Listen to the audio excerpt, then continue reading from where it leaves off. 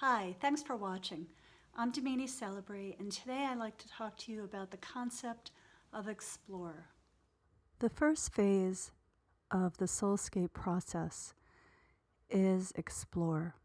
First, you need the intention, the curiosity to be you. The first way to connect with your soul is to connect with your body. Your body is where your power is. It is by connecting to your body that you can learn how your higher self, your soul self, speaks to you.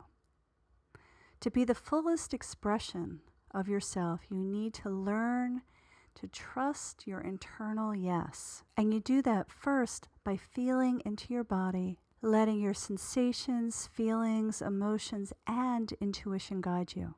Being grounded in your body allows you to be in the present moment. When you're in the present moment, you can make decisions that are right for you instead of second guessing yourself. Second guessing, which takes you into the past or the present and out of your grounded state of the present moment.